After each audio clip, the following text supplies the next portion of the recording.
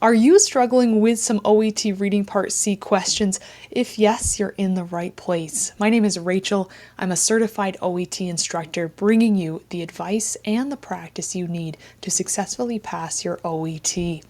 I have some questions here for you, and the first one we're going to look at is about pointing out or facts. What do we do when we're looking for these facts? Some other common verbs that are similar to this question include states. So what does the writer state about this? Tell us. What does he tell us?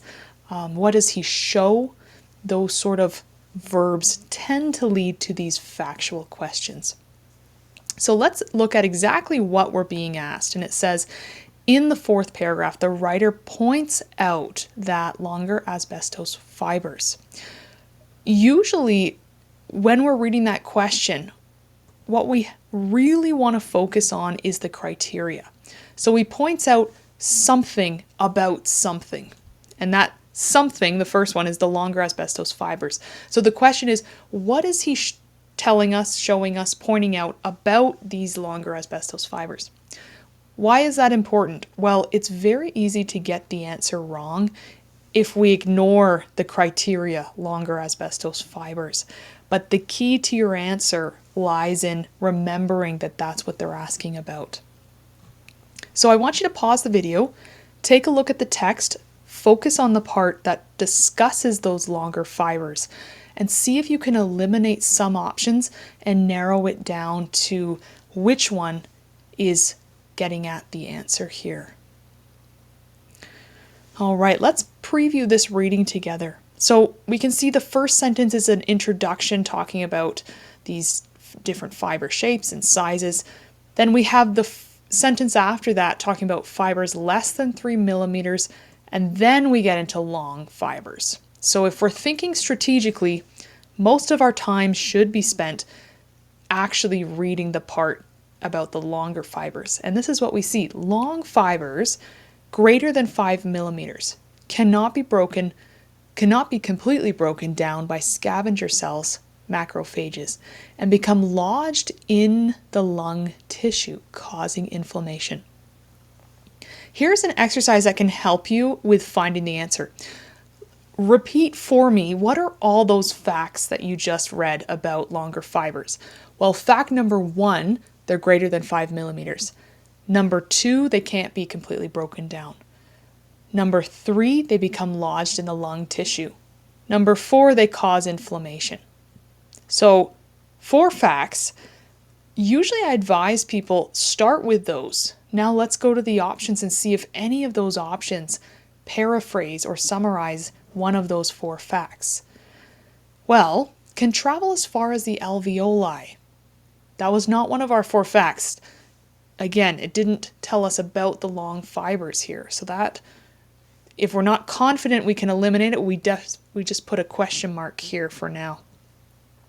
Tend to remain in the pulmonary tissue. That sounds awfully familiar in how it's phrased. So look at this. It tends to remain, well, what's another word for remain? Lodged in the lung tissue. What's another word for lung there? Pulmonary tissue. Aha! Often the secret to finding the answer in this sort of question is matching or mapping your vocabulary. Let's keep going though, just to confirm that it may not be one of the other options. Release substances causing inflammation. So we see causing inflammation, but do we see anything about them releasing it? And if we keep reading, look at this. Substances damaging to the lungs are then released by cells. So the problem with C, it's the wrong subject. So it's not the long fibers that are releasing substances. It's the cells that are releasing these substances in that case. Be really careful. That's a common, easy way to make a mistake.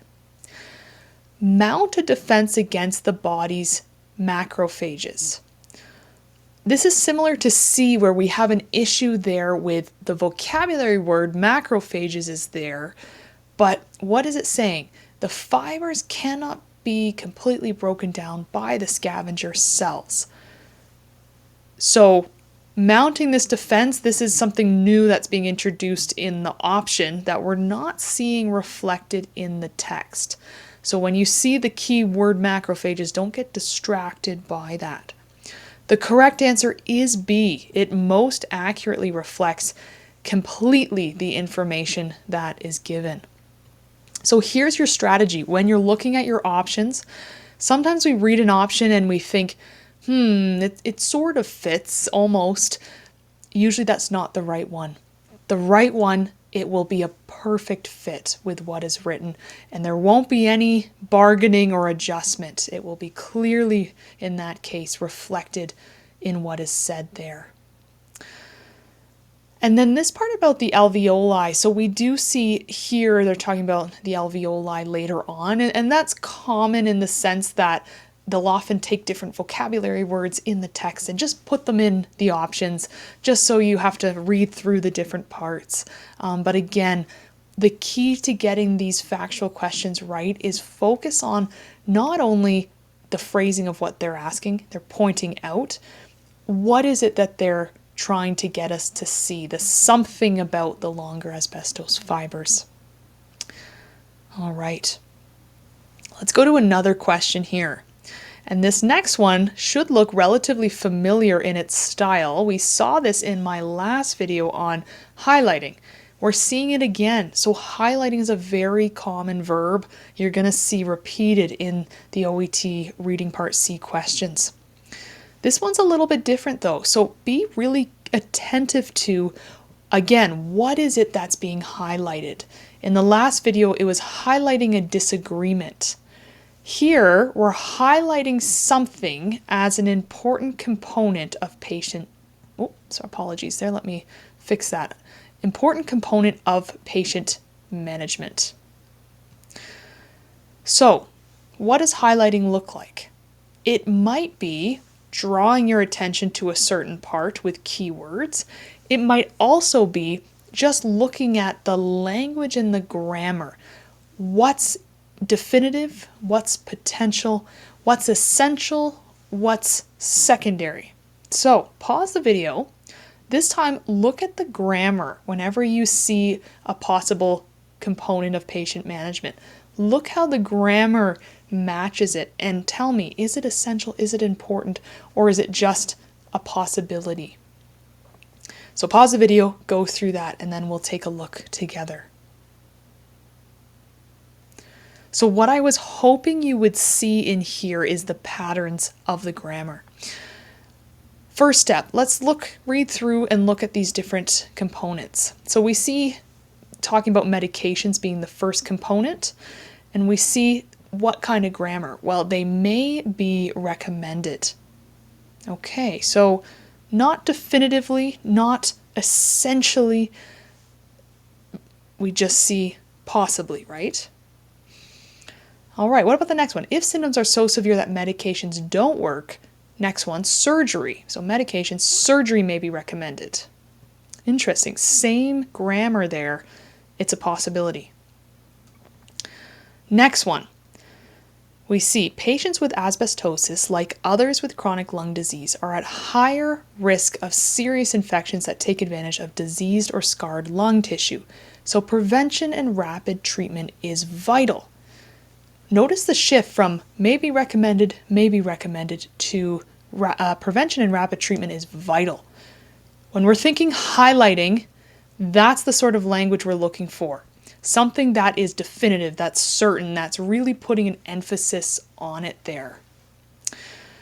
And then we have flu and pneumococcal vaccinations are a part of routine care for these patients.